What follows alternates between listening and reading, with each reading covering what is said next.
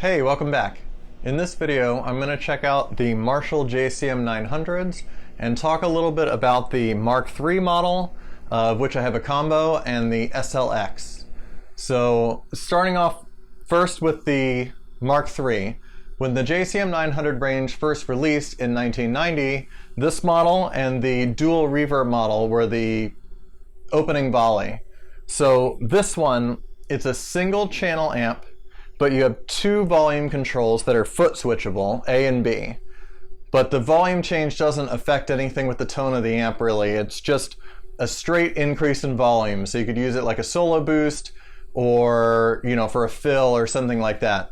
And overall, it's really sort of the continuation of the single channel JCM900 series. So you've got a couple of additional features, but really it's very, very similar to the 2203 and 2204 JCM800s. Now the dual reverb, which I have over to the side over there, is more of a continuation of the split channel JCM800s like this one behind me, where you have two channels, a clean channel and a gain channel, with whatever options to switch between them. I'll do a separate video on that amp later.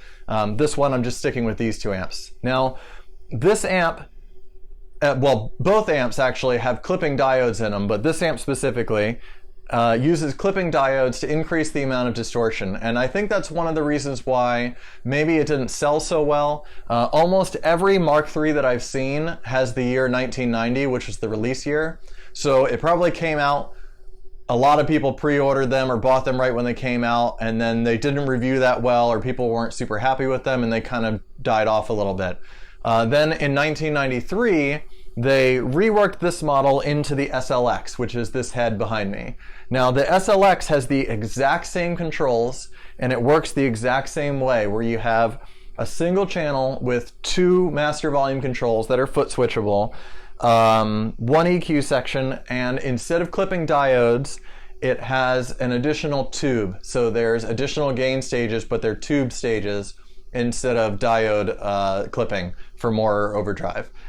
So some people call this one the Mark IV, but really it's just a continuation of the Mark III. They kind of got rid of the Mark moniker, and it kind of makes sense because it probably was a little confusing at the time. The Mark IV Mesa was out, and Mark III Mesas and that sort of thing. So a little less confusing that way to do it this way. Now right now I'm plugged into this combo. It's exactly the same as the head. This is a 50-watt combo, the 2501, and that's something else that I think causes a lot of confusion between these models. Is the Mark III models and the SLX models have the exact same model numbers. So the 2500 and 2501, 2502 for either 1x12 or 2x12 it's the same model number. So the 50-watt SLX is 2500 as well, which is very, very confusing. The 2100 is the 100-watt model of these two amps. Now, the main additional control that you get, besides the second volume control over something like a JCM800, which only has 6 knobs, is this gain sensitivity control. And on the Mark III, the sensitivity control controls the diodes directly. Now, if I throw up the schematic really quick, so the input comes in and you have the V1 tube, so you have V1A and V1B, that's 2 gain stages. Then the clipping diodes, which are controlled specifically by this control. Then the V2 tube, which has the 3rd tube gain stage and a cathode follower tone stack driver.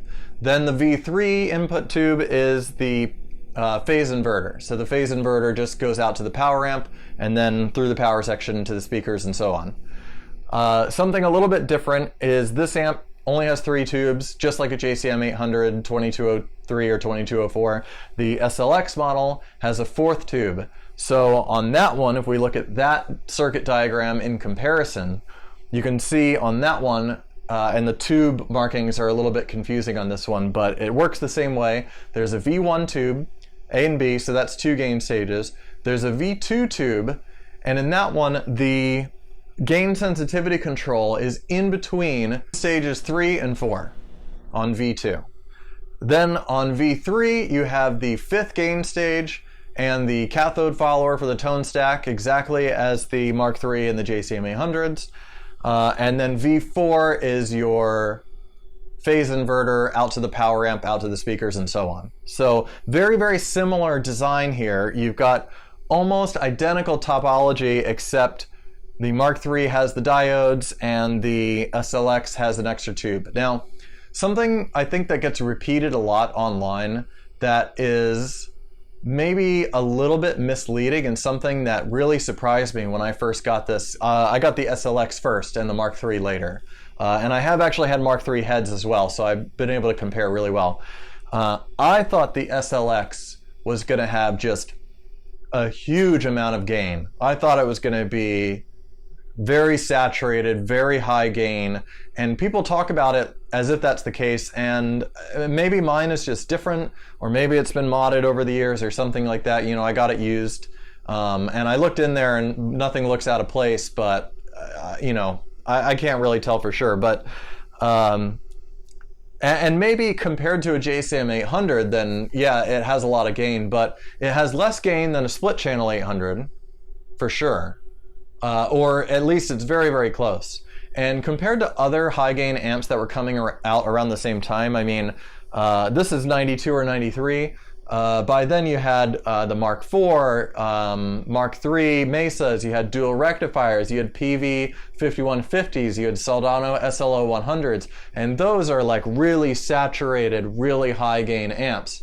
So I guess I kind of expected when I got this amp for something more in that vein, and I think that's also kind of what turns people off about them, is they go and, you know, if you're like a classic rock guy or a mid-gain guy, then you probably haven't even considered an SLX or a Mark III, and you're probably just looking at JCM900s and similar, and I have to say you're kind of missing out, because these are really, really killer in that sort of mid-gain, you know, JCM900 single channel gain area. Now, they are a little bit more polite. They're not voiced the same way that a 2203 or 2204 is. I have a 2203 right here, just off camera, and I actually was A/Bing them back and forth right before I started recording this video so I could get a good idea of the feel. And like compared to this Mark III, the Mark III, right now I have the sensitivity knob completely off. So it's just 3 tubes gain stages, and exactly like, you know, as close to a JCM900 2203 as I could get it. And they're very, very similar. The amount of gain, the feel, the attack, the character to the brightness, it's all really, really close. But the 2203 has this sort of low, mid, rumbly growl to it, this crunch that this can't really do. And if I had to describe it in you know, simple terms, the Mark III and the SLX, when their gain is set the same as a JCM900, they're just a little bit smoother and more polite, but the same core tone is still there. It's very, very close. So if you, and I think maybe the idea was sort of to get a little bit more of like a plexi feel in, because like if I play a 1959 or a 1987 plexi against a JCM900 and I have them set up pretty similarly with the gains dialed close, the plexis are a little bit more polite, a little smoother than the JCM900 is. And this is kind of a step back in that same direction. Now, the main thing I think why people are kind of sleeping on the Mark IIIs, and you know, they're pretty well regarded now, but I think for a long time they were generally not treated that well. But if you roll the gain sensitivity completely off, then the diodes are not in the signal path. I mean, they're in the signal path, but they're no different than a piece of wire. So a clipping diode, the way it works is, as voltage goes in, you've got, you know, big swoops of voltage. If the voltage is over a certain threshold, the clipping diode just clips off the top of that voltage threshold. And that's what makes it sound more distorted. And it's also a type of sound that some people don't like. If the voltage is below a certain amount, then the clipping diode never actually takes effect. So if your voltage is just like this, and the threshold is here, then it's not clipping any of the signal, and the diodes, it's exactly the same as if you just had a single piece of wire. So with the sensitivity knob turned completely off, it's effectively as if there are no clipping diodes in this circuit at all. The SLX does not have that advantage. So that's one thing that's kind of different here, is the SLX also has a gain sensitivity control, but if you roll that sensitivity control completely off, no sound plays at all, because you're actually controlling the amount of voltage going between two tube stages. So if you roll that completely off, the sound stops at that point. It goes completely dead because there's no voltage hitting the tube, as opposed to a diode where it's just like a wire. So if you're looking for like a really authentic JCM900 sound and you want just the option of adding diodes, and I mean now everybody just hits a tube screamer or an OCD or something in front of their 800. This basically just has it built in, and instead of it being, you know, hitting the input in the front, it's hitting the input kind of in the middle of the signal chain, which is kind of a unique feel, and I think it's a really cool one that hasn't really been replicated since. So to take a listen, I'm playing a 83 Kramer Pacer. This one has a Seymour Duncan Alternative 8 in the bridge, which is a very sort of scooped, bright sounding pickup. And then I have two American Standard Strat Fender single coils in the neck and middle positions. And I'm just playing straight through right now. The speakers, 1986 Marshall cab with G12 T75s, mic'd with an SM57, all pretty standard stuff just to make it nice and easy. So right now I have the sensitivity control turned completely off.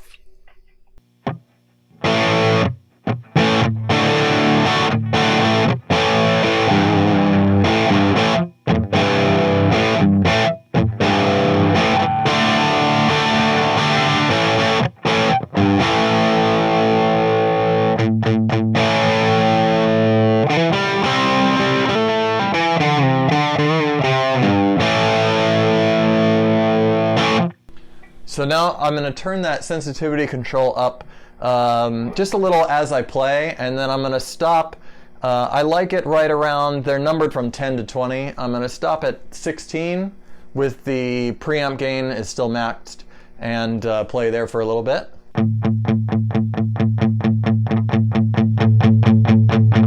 You can really hear the diodes start to come on right around that 13 mark. They're pretty quiet before that.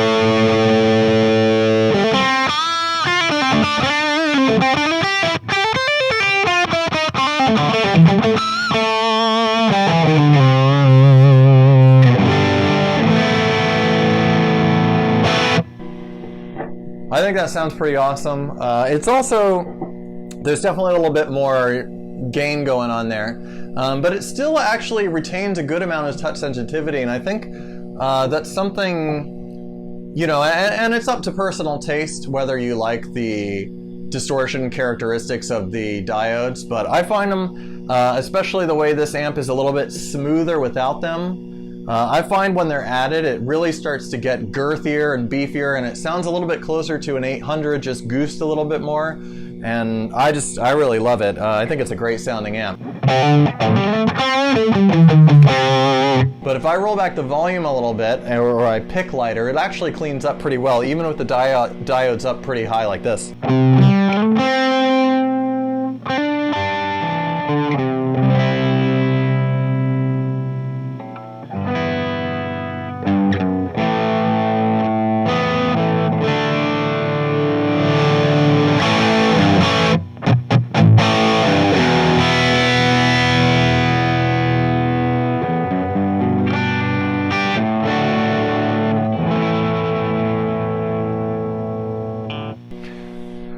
I roll the, and this is another kind of unique cool thing, if I roll the preamp gain down, I can actually make up for it with the diodes instead. So if I want more of that diode flavor and less of the tube gain stages, you can do that and kind of keep the same amount of gain.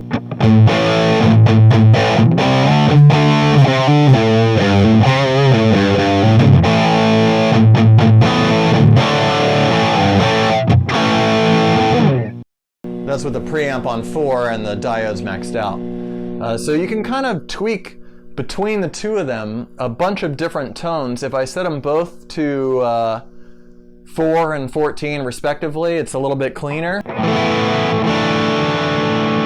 Only a little bit.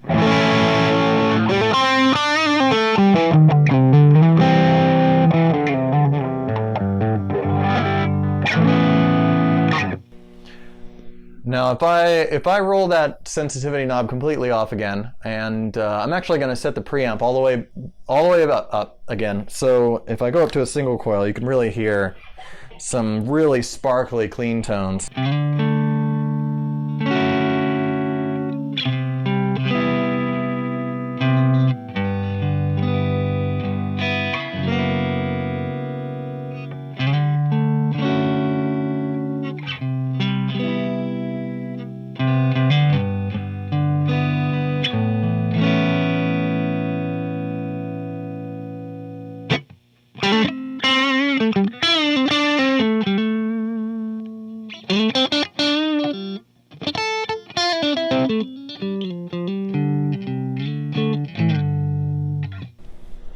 And if I roll that preamp down to about half, then it really cleans up just like a JCM900 single channel might.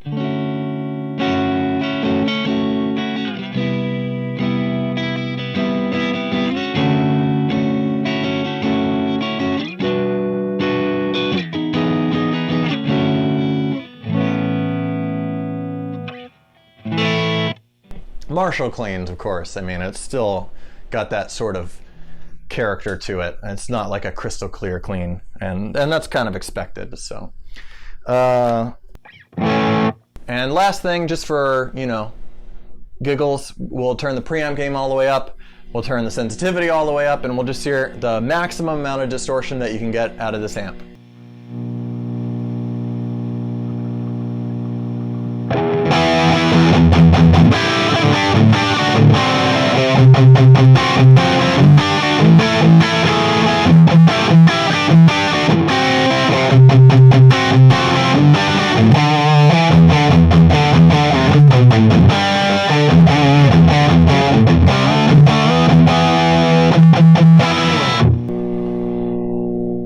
So yeah, it gets a good amount of distortion, but you could, you know, tweak that sensitivity however you like. You could add a boost pedal or not in any combination, and I think, you know, this is probably, it's tough to say in the moment because, you know, I've just heard it and I think it sounds awesome, but this has got to be one of the best Marshall designs out there. So real quick, I'm just going to switch over to the SLX. I just have to switch the speaker cable in the back. All right, so now we're on the SLX, and this one, like I said, if I roll that gain sensitivity knob completely off, so right now the preamp is maxed, the sensitivity is at 0. If I play, there's no sound at all. So if I start to slowly bring that on, that'll bring in that additional tube gain stage.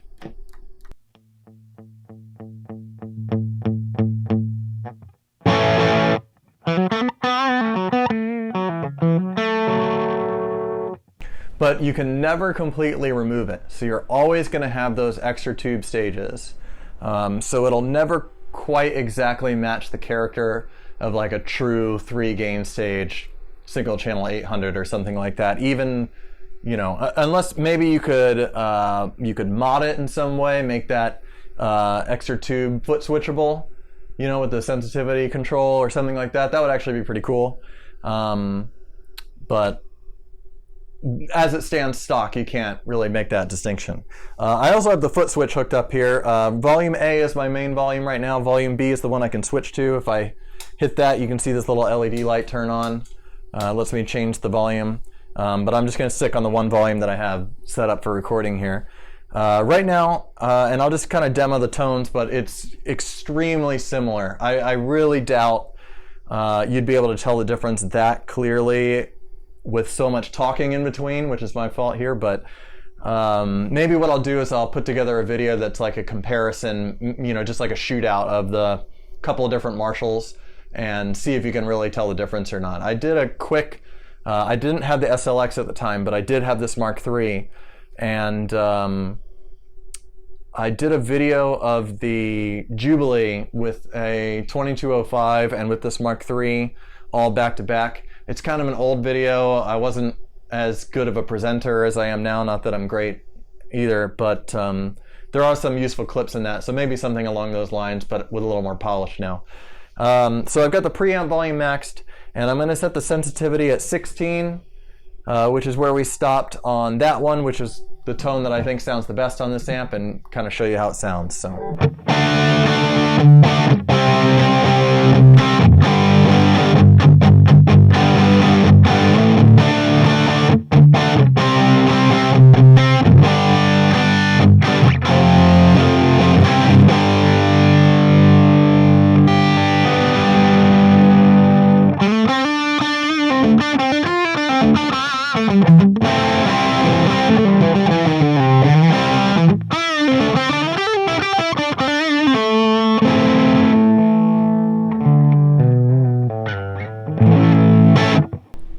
That sounds pretty good. It's definitely a little bit thicker sounding than the Mark III, and I think some of that is attributed to the 100-watt version instead of the 50-watt. But you know, it's very, very close. It's got that thickness without a little bit of that sort of gritty sizzle. I don't know how exactly to describe it or how well it'll come across in here, but in the room, there's definitely a little bit of like a gritty sizzle to this one, and it's something that I also hear in the 2205 and 2210 Marshalls because of the diodes. So I think that's sort of that characteristic diode sound that some people either love or hate or don't care either way. And I think with the diode thing, it's more like it's not a clearly better or worse thing. It's just like a, flavor choice. So on this one, like I said, I expected it to be a way higher gain amp than it is. I thought it was going to be something like a 5150 or a Mark IV or something like that. I'm going to turn both the preamp volume and the gain all the way up, and you'll hear how it sounds maxed out.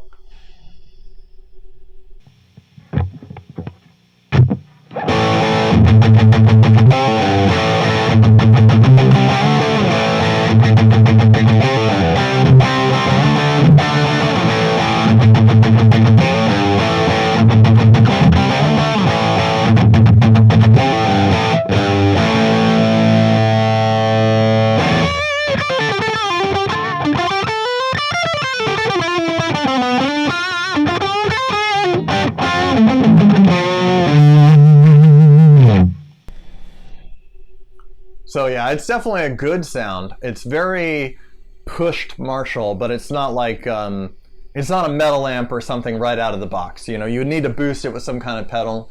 And I've used a full tone OCD clone in front of this, and that pedal through this amp is incredible.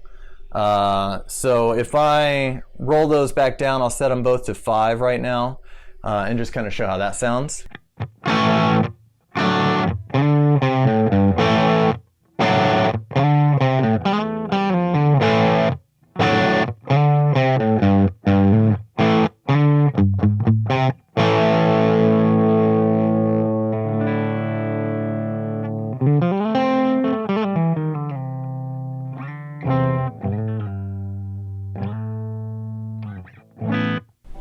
It's definitely smoother, and it cleans up a little bit more nicely than the Mark III does in this kind of arrangement.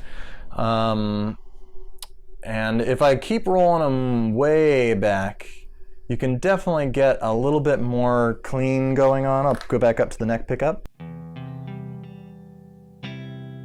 But now it's very quiet. It's a lot quieter than it was.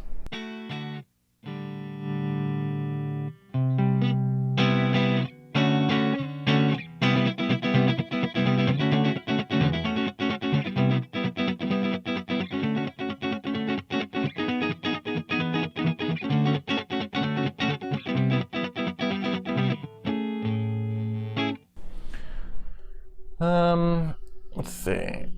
Let's turn that preamp all the way up and set the gain about half.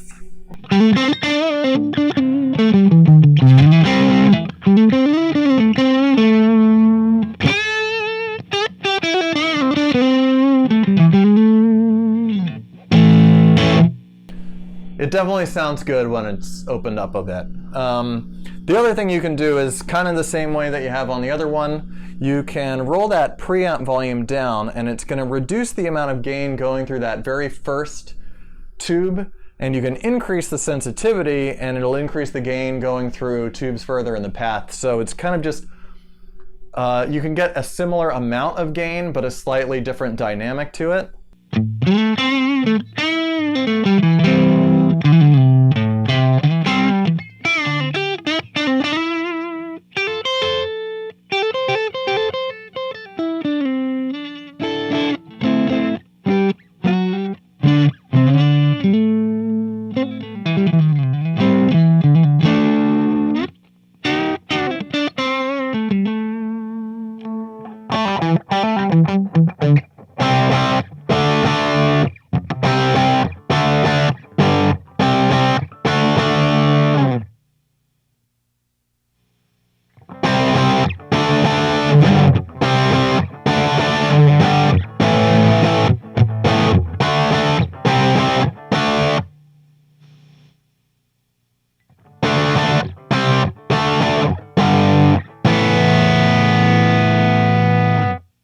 It's a pretty subtle difference, but sitting in the room especially, you definitely can hear and feel as you're playing a little bit of a different dynamic there as you sort of tweak between the two knobs. And it's not all that dissimilar to the way that like a plexi might work, or like the vintage modern video I did where there's like a body and a detail control. It's sort of similar, but since this is a cascading gain stage design, all the gain stages are just in a row, you know, in series. There's no parallel paths or anything like that. It's not quite as clear cut as those, but still it's very cool how you can kind of tweak to your liking. And you know, I mentioned that it sounds really good with the OCD pedal, and I think I'll just turn that on for a second. You can hear what it sounds like. So I'm going to start with both controls exactly at half, and I'm going to kick on that OCD. Here it is without, and with the OCD on, it's way over there.